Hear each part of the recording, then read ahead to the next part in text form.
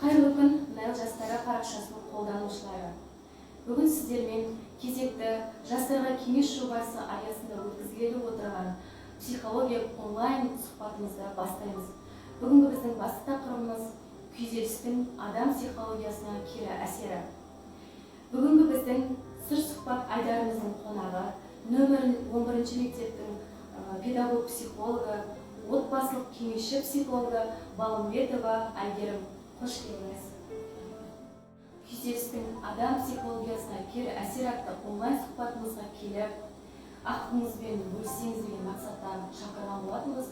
Енді бүгінгі біздің сыр сұхбатымыздың тақырыбына сай, мақсаты да айқын. Ол күйзеліс, адам психологиясына кері әсері және адам денсаулығына тигізетін кері әсері жайлы болмақ. Ал енді сізге қояр алғашқы сұрағымыз, Айгерім ханым, жалпы күйзеліс дегеніміз не, ол неден пайда болады және оның белгілері қандай? Рахмет сұрағыңызға.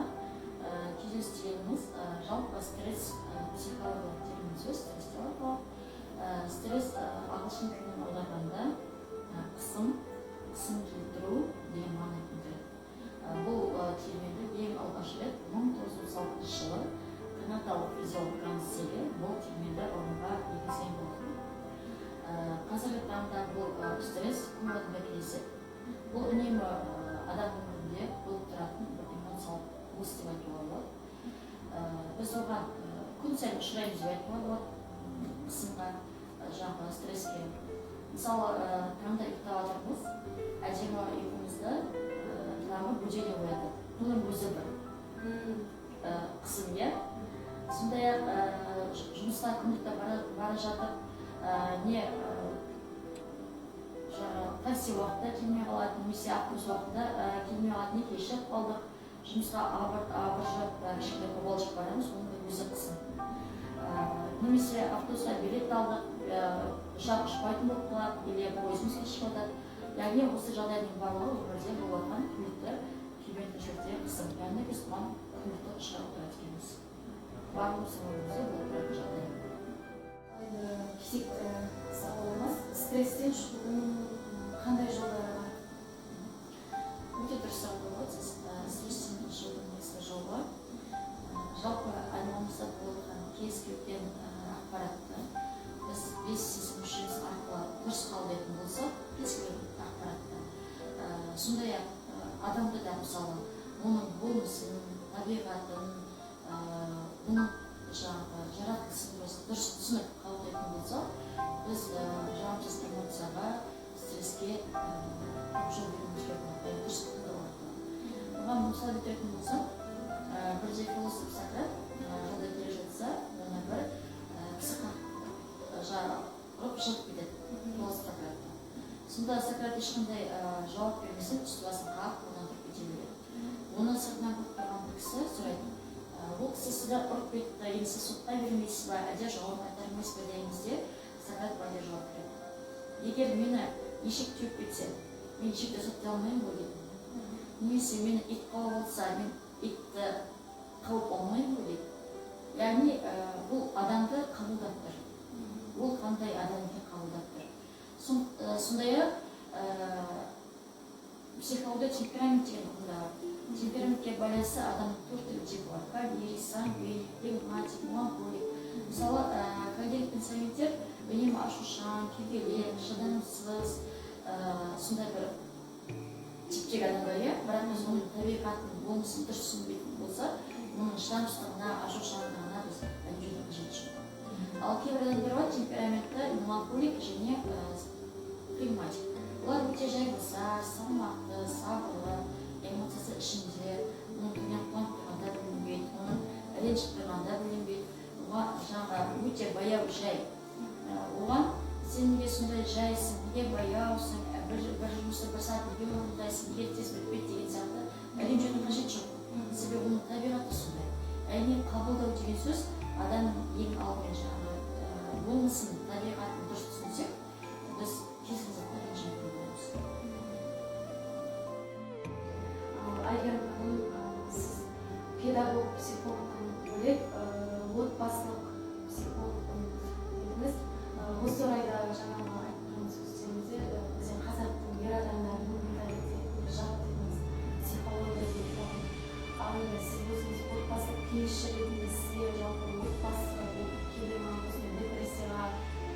стреске ұшыраған отбасылар қазір көп қой.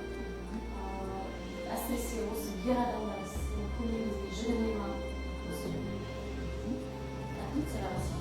Жалпы отбасы адамдар біздің тіпті жұмыс істейміз ғой, мен бір жеттімізде мысалы спецоперация жұмыс жасалып, жалпы психология жұмыс жасаймыз, сонда біз баламен жұмыс жасау арқылы отбасындағы ата-ананың проблемасын қараймыз.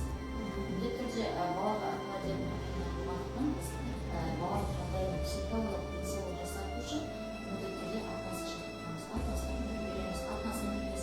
Осы кезде біз отбасы психолог ретінде отбасымен жұмыс жасауға басымызды баланың жағдайын жақсарту үшін жан-жақты жұмыс жасауға дайынбыз.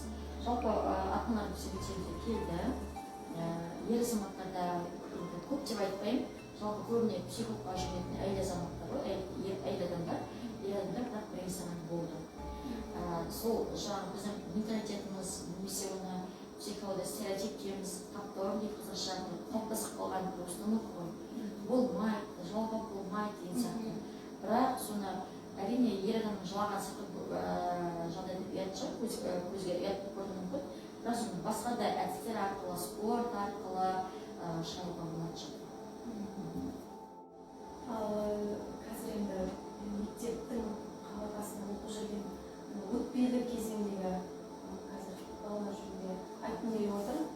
12-13 жастағы балалар көбіне іштегі сырын ата-анасына айта алмайды. Сондай балалармен жұмыс жасайтын боларсыз. Қандай техникаларыңыз бар? Кеңесіңіз болсын сондай жасын. Осы сәтті пайдаланып отырып мен ата-аналарға айтқым келеді. Жалпы 12 жас пен 18 жастың арасы бұл жасөспірімдердің жасөспірімдік кезең. Жасөспірімдік кезең, өтпелі кезең бұл қайдан шығады? Бұл баланың бойындағы гормоналдық өзгеріс баланың психикасына әсер етпей қоймайды. Мысалы, ер балдардың бойларының өсуі, денесінің жуандап іріленуі, қыз балдардың денесінің қалыптасуы, осындай гормоналдық өзгеріс баланың психикасына әсер етпей қоймайды. Сол кезде қыз бала мен бой жеттім, ер бала мен ер жеттім, өзім бәрін білемін, өзім бәрін шеше аламын дейтін жаңағы концепция туындайды баланың психикасында. Бірақ оны ата-ана түсінбейді. Осы орайда ата-анаға беретін кеңесіміз, уже балаңыз сіздің 12-13 жасқа толды ма, сіздің үйіңізде уже үлкен ересек адам өсіп келеді. Үлкен ересек адам деп қалуы керек. 12-13 жастағы баланың мен мама, мен бой жеттім, мен ер жеттім, өзім шеше аламын деп айтуға тілі жетпейді баланың. Соны айта алмайды, оны ата-ана түсінбейді да, сосын ата-ана мен бала арасында дағдарыс конфликт туындайды. Конфликттің арты дистанция алып келеді, арасына ашықтық берген алып келеді. Сондықтан балаңыз 12-13 жасқа толғаннан кейін, мысалы өзіңіздің жолдасыңызбен, өзіңіздің құрдасыңызбен сіз қалай ақылдасып, қалай сөйлесесіз, баламен де дәл солай сөйлескен дұрыс. Сол кезде бала ойланады, уже мамам мені үлкен адамзатта қабылдап тұр екен деп бір таған жақындай түсіп, сәлін айтып, әлем ашыла түседі. Жалпы бұл жасқанды кезең баланың әртүрлі эмоциялық өзгерген алып келетін күй, бір балдар депрессияға түсіп кетеді, біреулер ашушаң болып кетеді, біреулер тек қалып кетеді, біреу күйзеліске бем болып кетеді, оның барлығы қалыпты жағдай.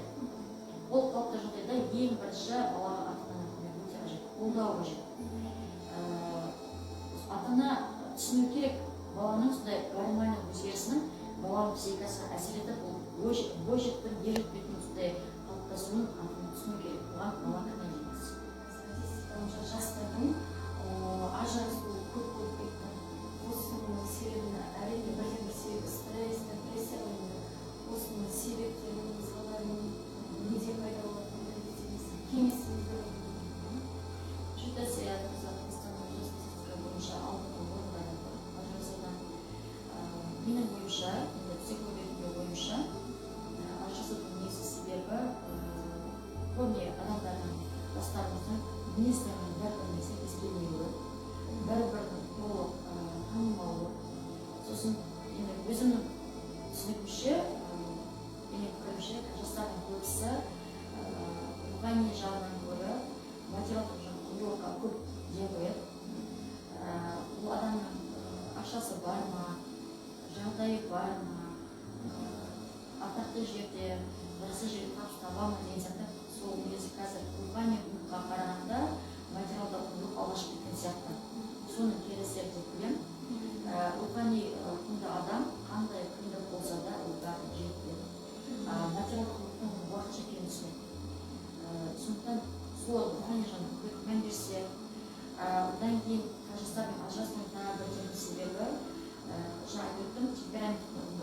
мінезін көріп тұрады, оған пайдаланған қасиет темперамент. Сол темпераменттің бір-бірін түсінсе, оған ашуланудың да, оған ренжудің де қажет екенін түсінетін болады. Кішкене сол жағынан психологиялық көмек жастар қабылданса, өздері үшін, өзінің отбасы үшін. Сосын тағы да ажырасуға алып келетін фактор, неше түрлі фактор бар. Соның бірі жаңағы көбіне стресс кезінде жастар ойланбай шешім қабылдап қойып жатады. Осы орайда айтқым келеді, жалпы екі сәтте шешім қабылдамаған дұрыс. Біріншісі қатты қуанып тұрған кезде шешім қабылдамаған дұрыс. Екіншісі қатты стресс кезде, ашу кезде шешім қабылдамаған дұрыс. Себебі адам ашу кезінде, стресс кезінде ол ақ пен қараны оның ойы ажыратып жатпайды. Ойламайды деп шорт кезекте ажырасам деп, оның артын мешіт болмайды. Қазір бірақ қарап отырсақ, ажырасқан жастар көбісі өкініп жүр. Осы жерде мен енді қаншама осындай отбасымен жұмыс жасағаннан кейін өзім проблемадан кейін айтып отырмын. Бұл жерде көне жастар ажырасқан кезде ортада ешкім баланы ойлап жатпайды. Әркім өзінің жағдайын ойлайды. Әйел адамға ер адам табылады, ер адамға әйел адам табылады, бірақ балаға біздің туған анасы әкесін ешкім таба алмайды. Кішкене сол жағын ата-ана ойланса, сол жағынан кішкене ақылдасса, мүмкін ажырасулардың саны азаяды деп ойлаймын. Одан кейін отбасында ажырасқан жағдай ол әрине әйел адамға да, ер адамға да үлкен стресс ол. Жалпы стресстің де өзінің бірнеше шкаласы бар. Жақын адамның жоғалтуы 100% стресс. Отбасынан ажырасу, әйел ер адамның ажырасуы ерлі заттардың 73% стресс. Жаңа ортаға жұмысқа келу 50% стресс, яғни стресстің шкаласы бар. Бұл стресстің түрде әйелде де жаңа ажырасқан ер адамда жүреді. Ал бірақ ол баланың психикасына травма болып қалуы мүмкін.